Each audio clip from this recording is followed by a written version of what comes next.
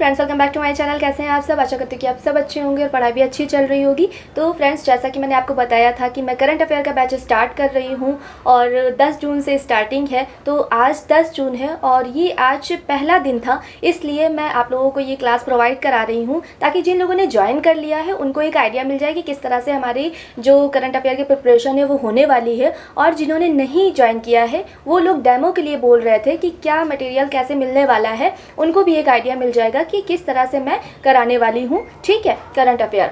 तो फ्रेंड्स, जैसे मैंने आपको बताया भी था कि इंपॉर्टेंट मैगजीन से डेटा को कलेक्ट करके जो करंट के पर्सपेक्टिव से इम्पॉर्टेंट है, जो हमारे एग्ज़ाम के पर्सपेक्टिव से इम्पॉर्टेंट है, वो सारी चीज़ें मैं एक जगह कलेक्ट करके आपको दे रही हूँ। ठीक है, और जिससे आपका टाइम भी बचे, कम टाइम में आप ज़्यादा अच्छी तरह से प्रिपरेशन कर पाएँ और इम्पॉर्टेंट चीज़ों को पढ़ें। ठीक है, तो वही सारी चीज़ें आपको मिलने वाली हैं। आप क्लास देख करके एक आइडिया लगा सकते हैं और अगर आपको अच्छा लगता है तो आप ज़रूर ज्वाइन करिएगा। और @मैम नेहा ID टेलीग्राम की है, जिस पर जा कर के आप इन्फॉर्मेशन ले सकते हैं और ज्वाइन कर सकते हैं। ठीक है, तो चलिए क्लास स्टार्ट करते हैं। तो फ्रेंड्स, इस तरह से ये देखिए, एक ये टॉपिक है और एक दूसरा टॉपिक है और पर डे हम इसी तरह से 2 से 3 टॉपिक्स को लेकर के चलेंगे जो पेड बैच है हमारा, और उसके क्विज़ भी लगाते रहेंगे उससे रिलेटेड। एक दिन हमने ये कंटेंट पढ़ा और अगले दिन क्विज़ लगाया, तो इस तरह से हमारा रिवाइज़ होता रहेगा। फिर हम 15 दिन के बाद क्या करेंगे कि एक बार पूरा मैं PDF आपको प्रोवाइड कर दूंगी पूरे मंथ का, उसको आप रिवाइज़ करिएगा और एक टेस्ट हो जाएगा। इस तरह से करंट तैयार हो जाएगा। और यहाँ पर आपको जिस तरह से मैगज़ीन में आप पढ़ते हैं, ढूंढते हैं कि क्या इंपॉर्टेंट है, ठीक है, यहाँ पर मैंने सिर्फ इंपॉर्टेंट चीज़ें ही लिखी हैं, तो आप समझने की कोशिश करिएगा। और मैंने इसी तरह से लिखा है कि आपको समझ में आए, काफ़ी साफ, नीट एंड क्लीन लिखा हुआ है, आपको कोई प्रॉब्लम नहीं आने वाली है समझने में। ठीक, तो बस आपको पढ़ना है, इतना करना है कि आप रोज़ जितना दिया जा रहा है उतना करते रहें। तो चलिए स्टार्ट करते हैं। यहाँ पर महत्वपूर्ण तथ्य लिखे हैं और ये संबंधित तथ्य हैं, इनको तो आपको याद ही करना है। ये बस आप देख लीजिएगा, हो सकता है कि इससे रिलेटेड फैक्ट साथ में पूछ लिया जाए, बस इसलिए ये लिखा है। तो देखिए, जो 4 अप्रैल है, इस दिन अंतर्राष्ट्रीय खदान जागरूकता दिवस मनाया जाता है, जिसकी थीम क्या है? प्रोटेक्टिंग लाइफ, बिल्डिंग पीस, जीवन की रक्षा, शांति का निर्माण। इंग्लिश, हिंदी, मैंने कोशिश की है कि कुछ चीज़ें इंग्लिश में भी दे दूँ ताकि आप समझ सकें। जिसको कुछ प्रॉब्लम हो हिंदी में याद करने में, तो वो थीम्स को याद रख सके, क्योंकि कभी कभी देवनागरी लिपि में भी दे देते हैं लिख करके, ठीक है, जो थीम्स होती हैं, इस वजह से यहाँ पर लिखा हुआ है, तो ध्यान दीजिएगा। फिर 5 अप्रैल को राष्ट्रीय समुद्री दिवस मनाया जाता है और ये navigating the future safety first इसकी थीम है। ये इस बार जो मनाया गया वो 61वां था। 6 अप्रैल को भाजपा स्थापना दिवस मनाया जाता है। तो यहाँ पर मैंने इसको इसलिए लिखा है क्योंकि इसका जो स्थापना हुई थी उसका ईयर पूछ लेता है, तो रिलेटेड फैक्ट में आप ये देख लेंगे तो याद रहेगा कि 1980 में भाजपा की स्थापना हुई थी। 7 अप्रैल को विश्व स्वास्थ्य दिवस मनाया जाता है। माई हेल्थ माई राइट इसकी क्या थी? थीम है। और माई हेल्थ माई राइट करके आपको दे देगा क्वेश्चन में और पूछेगा ये किस दिन की थीम है। ठीक है, तो इस तरह से क्वेश्चन बनते हैं। फिर 10 अप्रैल को क्या मनाया जाता है? विश्व होम्योपैथिक दिवस। होम्यो परिवार, एक स्वास्थ्य एक परिवार। और यहाँ पर मैंने ये लिखा है कि जो WHO की स्थापना हुई थी वो 7 अप्रैल 1948 को हुई थी, तो थोड़ा ये याद रखिएगा। और 11 अप्रैल को विश्व पार्किंसन दिवस मनाया जाता है। 13 अप्रैल को जलियांवाला बाग नरसंहार, इसकी 105वीं वर्षगांठ थी। 14 अप्रैल को विश्व चगास दिवस और 14 अप्रैल को ही डॉक्टर भीमराव अम्बेडकर की जयंती मनाई जाती है। डॉक्टर भीमराव अम्बेडकर का जन्म 14 अप्रैल 1891 में हुआ था। 15 अप्रैल को विश्व कला दिवस मनाया जाता है। The garden of expression, cultivating community through art. 17 April विश्व हीमोफीलिया दिवस, equitable access for all, recognising all bleeding disorder. 18 April को विश्व धरोहर दिवस, ये इंपॉर्टेंट है, डिस्कवर एंड एक्सपीरियंस डाइवर्सिटी। और यहाँ पर भारत में जो यूनेस्को की धरोहर है अभी, वो धरोहर स्थल 42 हैं, 42, और जो 42 नंबर का था वो होयसल मंदिर कर्नाटक के हैं, ठीक है, और 41 नंबर का शांति निकेतन, तो ये भी याद रखिएगा, रिलेटेड फैक्ट भी मैंने लिख दिया है। और 19 अप्रैल को विश्व लिवर यकृत दिवस मनाया जाता है। 21 अप्रैल को राष्ट्रीय सिविल सेवा दिवस। 22 अप्रैल को विश्व पृथ्वी दिवस, ये इंपॉर्टेंट है। प्लानिट वर्सेस प्लास्टिक इसकी थीम थी, गृह बनाम प्लास्टिक। यहाँ पर एक इंपॉर्टेंट फैक्ट है जो इस बार पृथ्वी दिवस से रिलेटेड है कि जो CSIR का मुख्यालय है नई दिल्ली में, उसमें भारत की सबसे बड़ी जलवायु घड़ी स्थापित और संचालित की गई है। तो देखिए फ्रेंड्स, इस पेज में जो सबसे ज़्यादा इंपॉर्टेंट है फर्स्ट पेज में, वो एक ये हो गया आपका विश्व स्वास्थ्य दिवस, इसकी थीम याद रखिएगा, ठीक है। दूसरा आपको याद रखना है विश्व हीमोफीलिया दिवस, और फिर आपको विश्व धरोहर दिवस, फिर आपको विश्व पृथ्वी दिवस। इतने दिन तो इस पेज से आपको याद रखने ही रखने हैं। 24 अप्रैल को राष्ट्रीय पंचायती राज दिवस मनाया जाता है, ये आपको पता भी होगा, लेकिन यहाँ पर ये ध्यान रखिएगा कि पहली बार 2010 में मनाया गया था। और जो 73वां संविधान संशोधन अधिनियम आया था 1992 में, जब वो 24 अप्रैल 1993 में लागू हुआ, तो उसी दिन को याद रखने के लिए 24 अप्रैल को राष्ट्रीय पंचायती राज दिवस मनाया जाता है। तो यहाँ पर ये लागू वाली जो सन है वो याद रखिएगा, 1993। 25 अप्रैल को विश्व मलेरिया दिवस मनाया जाता है, ये भी बहुत इंपॉर्टेंट है, इसकी थीम याद रखिएगा, accelerating the fight against malaria for a more equitable world, अधिक न्यायसंगत दुनिया के लिए मलेरिया के खिलाफ लड़ाई में में तेज़ी लाना।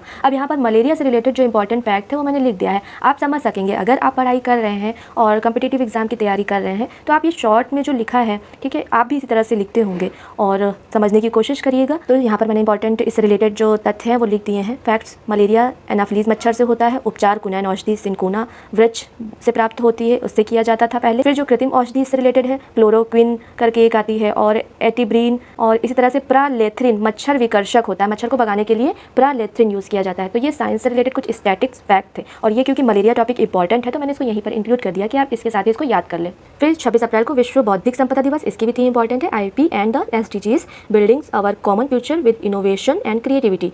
फिर 26 अप्रैल को अंतर्राष्ट्रीय चेरनोबिल आपदा स्मरण दिवस, ये पर्यावरण में इन्वायरमेंट में पूछा जा सकता है। तो ये कब हुई थी, ये जो परमाणु दुर्घटना है, आपदा है, ये कब आई थी? तो यहाँ पर ये लिखा है 26 अप्रैल 1986 में ये दुर्घटना चेरनोबिल नामक प्लेस पर हुई थी, स्थान पर हुई थी, जो कि यूक्रेन उस टाइम का USSR में था। और फिर 30 अप्रैल को आयुष्मान भारत दिवस मनाया जाता है। जो आयुष्मान योजना आई थी 2018 में, योजनाएं बहुत इंपॉर्टेंट होती हैं UPPSC या ROR एग्जाम के लिए, तो यहाँ पर इसका मैंने ये भी वर्ष भी लिख दिया है कि कब ये योजना आई थी, और इसी की जागरूकता के लिए ये 30 अप्रैल को मनाया जाता है। देखिए यहाँ पर जो रिपोर्ट एंड इंडेक्स मैंने लिखा है, इसी फॉर्मेट में पूछा जाता है, इसी फॉर्मेट मैंने लिखा है शॉर्ट फॉर्म में। ऐसे अगर आप किसी मैगजीन से पढ़ते हैं या कहीं और से पढ़ते हैं तो आपको उसमें ढूंढना पड़ेगा कि क्या इंपॉर्टेंट है और क्या नहीं, लेकिन यहाँ पर सब आपको इंपॉर्टेंट चीज़ें ही उस इंडेक्स से रिलेटेड लिखी हुई हैं, तो आपको इसमें कुछ सोचना नहीं है, सिर्फ आपको पढ़ना है। तो यहाँ पर विश्व आर्थिक परिदृश्य रिपोर्ट आती है, ये कौन जारी करता है? IMF जारी करता है। ये याद रखिएगा कि किस संस्था द्वारा कोई रिपोर्ट जारी की जाती है। और यहाँ पर मैंने ये जो एक कॉलम बनाया है, ये भारत का स्थान, क्योंकि इंडेक्स जो और रिपोर्ट जो होती हैं उसमें भारत से रिलेटेड तथ्य पूछा जाता है। और यहाँ पर ये अन्य विवरण दिया हुआ है कि कौन पहला है, कौन दूसरा है ना, और कौन सबसे कम स्थान है, किसका सबसे ज़्यादा स्थान है, मतलब रिलेटेड फैक्ट्स यहाँ पर लिखे हैं। तो आपको समझने में कोई प्रॉब्लम नहीं आएगी अगर आप खुद से भी पढ़ते हैं, और हर मंथ में आपको इसी तरह के फॉर्मेट में देखने को मिलेगा। तो पहला क्योंकि दिन है और मैंने अभी शुरुआत की है तो मैं आपको समझा दे रही हूँ कि ये फॉर्मेट रहने वाला है। तो यहाँ पर देखिए पहला क्या है, विश्व आर्थिक परिदृश्य रिपोर्ट 2024 IMF ने जारी की थी, जिसमें बताया गया था कि 2024 में जो भारत की आर्थिक वृद्धि दर है वो 6.8 रहेगी और 2025 में 6.5% की वृद्धि दर रहेगी। वैश्विक आर्थिक वृद्धि दर 2024-25 के लिए 3.2% रहने वाली है। बस ये मोटा मोटा आप याद रखिएगा। यहाँ पर IMF से रिलेटेड फैक्ट्स लिखे हुए हैं कि स्थापना 1944 में हुई थी और इसका मुख्यालय वाशिंगटन DC में है। और इसका जो सदस्य हैं, पूछ लेता है कभी कभी, तो IMF के अभी 190 सदस्य हैं। विश्व हेपेटाइटिस रिपोर्ट 2024 आई थी, ये WHO ने जारी की है। इसमें कहा गया है कि विश्व के जो हेपेटाइटिस से रिलेटेड मामले हैं वो 11.6% भारत में हैं, और वायरल हेपेटाइटिस में पहले नंबर पर चीन है, दूसरे नंबर पर भारत है। Hurun global unicorn index 2024 Hurun institute ने जारी की है, और यहाँ पर देखिए भारत का स्थान जो यूनिकॉर्न की संख्या में है वो तीसरे नंबर पर है। भारत में 4 वर्षों में पहली बार संख्या में कमी आई है, और जो भारत में यूनिकॉर्न की संख्या है वो 67 है। और नंबर 1 पर यूनिकॉर्न की संख्या में कौन है? USA है, फिर चाइना है, फिर भारत है। जो स्विगी और ड्रीम 11 है वो भारत में सबसे मूल्यवान यूनिकॉर्न है। इतना इससे रिलेटेड फैक्ट था जो कि इंपॉर्टेंट था।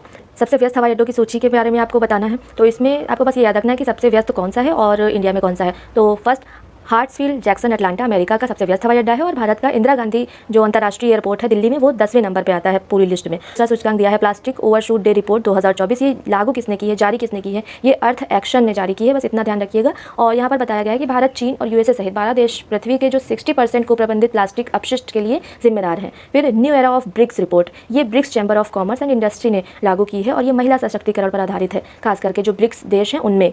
बस इसको आपको रिपोर्ट के नाम से याद रखना है कि new era of BRICS report BRICS chamber of commerce ने जारी की है। दक्षिण एशिया विकास रिपोर्ट वर्ल्ड बैंक ने जारी की है। भारत आर्थिक विकास दर इसमें क्या बताई गई है, 2024 के लिए 7.5 और 2025 के लिए 6.6%। ठीक है, ये मोटा मोटा याद रखिएगा कि ये कुछ जो संस्थाएं हैं, ये जो जारी करती हैं रिपोर्ट, इसमें जो विकास दर होती है ये कभी कभी पूछी जा सकती है, इंपॉर्टेंट होता है, क्योंकि ये वर्ल्ड बैंक, IMF जैसी संस्थाएं आर्थिक क्षेत्र के लिए बहुत ही ज़्यादा इंपॉर्टेंट है, तो इनके द्वारा जो भी बात कही जा रही है वो भी इंपॉर्टेंट है। तो यहाँ पर देखिए डिजिटल सेवा निर्यात रैंकिंग, ये WTO विश्व व्यापार संगठन जारी करा है। भारत का स्थान चौथा है इसमें, America, UK, Ireland, Bharat, Germany. फिर यहाँ पर देखिए विश्व के अरबपतियों की सूची फोर्ब्स जारी करता है। ठीक है, और यहाँ पर जो भारत है इस मामले में, अरबपतियों के मामले में कि कितनी संख्या है, तीसरे नंबर पे है। शीर्ष जो अरबपति हैं बर्नार्ड अर्नॉल्ड, ये फ्रांस के हैं। Elon Musk USA, Jeff Bezos USA, और जो मुकेश अंबानी भारत के हैं वो 9th नंबर पर आते हैं। और भारत में अगर देखा जाए तो मुकेश अंबानी, गौतम अडानी, शिव नाडर। ठीक है, और अरबपतियों की संख्या में अमेरिका नंबर 1 है, फिर चीन, फिर भारत। इसी तरह से यूनिकॉर्न में भी है। ठीक है, थोड़ा सा आप लिंक करते हुए चलेंगे तो याद रहेगा, अमेरिका में सबसे ज़्यादा यूनिकॉर्न है, चीन में, फिर भारत में। यहाँ पर देखिए QS वर्ल्ड यूनिवर्सिटी रैंकिंग 2024, ये लंदन स्थित QS यूनिवर्सिटी है वो जारी करती है, और यहाँ पर आपको दिखाया है कि शीर्ष जो है वो कौन सा विश्वविद्यालय है या यूनिवर्सिटी है, तो ससेक्स यूनिवर्सिटी ब्रिटेन। और एशिया में विश्वविद्यालय की संख्या में चीन नंबर 1 है और भारत दूसरे नंबर पर है। और विकास अध्ययन की सूची में भारत का 20वें नंबर पर आता है जवाहरलाल नेहरू विश्वविद्यालय। बस इतना इंपॉर्टेंट था। और फिर इसके बाद देखिए ये सबसे ज़्यादा इंपॉर्टेंट है, world cyber crime index Oxford university ने जारी किया है। भारत का स्थान जो साइबर अपराध होते हैं उसमें 10वां है। ठीक है, साइबर अपराध पर दुनिया में इस तरह की ये पहली इंडेक्स है। तो शीर्ष जो साइबर अपराधग्रस्त देश हैं वो कौन है? रूस, यूक्रेन, चीन और फिर यूएस और फिर नाइजीरिया। ये 5 देश हैं, इनको भी आपको याद रखना है। और भारत का स्थान 10वां है, ये भी याद रखना है। ये इंपॉर्टेंट रिपोर्ट है, आ सकता है इस बार।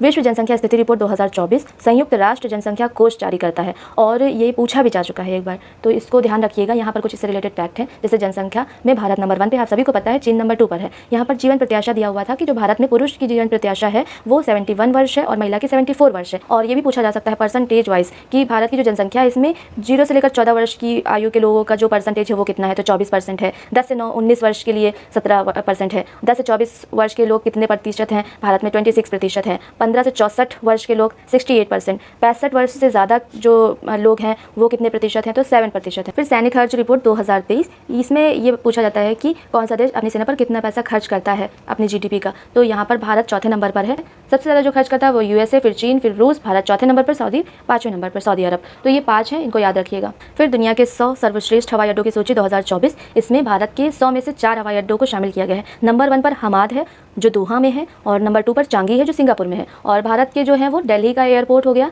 वो 36 नंबर पे है, बेंगलुरु और मुंबई। ये थोड़ा सा बस पहला वाला ध्यान रखिएगा, हमाद, दोहा। और 100 प्रभावशाली लोगों की सूची 2024 की आई है, ये टाइम पत्रिका जारी करती है। टाइम पत्रिका इंपॉर्टेंट है, इसलिए इससे जो रिपोर्ट आई है ये भी इंपॉर्टेंट होती है। तो इसमें बस थोड़ा सा ध्यान रखिएगा कि भारतीयों में कौन कौन से हैं जो भारत से संबंधित हैं। तो साक्षी मलिक, आलिया भट्ट, सत्य नडेला और अजय बंगा, देव पटेल, इतने नाम हैं। ये अजय बंगा विश्व बैंक में है, सत्य नडेला, ये सब आप तो थोड़ा बहुत जानते भी होंगे। देखिए अंतर्राष्ट्रीय शस्त्र हस्तांतरण प्रवृत्तियां रिपोर्ट 2023, ये सिप्री जारी करता है। अभी मैंने आपको बताया था जो सैन्य खर्च वाला था वो भी सिप्री ने जारी की है और 2019 से 23 की अवधि पर आधारित है। यहाँ पर देखिए मैंने कितना अलग अलग सब लिख दिया है कि आपको समझ में आए और याद भी रहे। तो जो सबसे ज़्यादा हथियार को निर्यात करता है, एक्सपोर्ट करता है वो अमेरिका है, फिर रूस, फिर फ्रांस।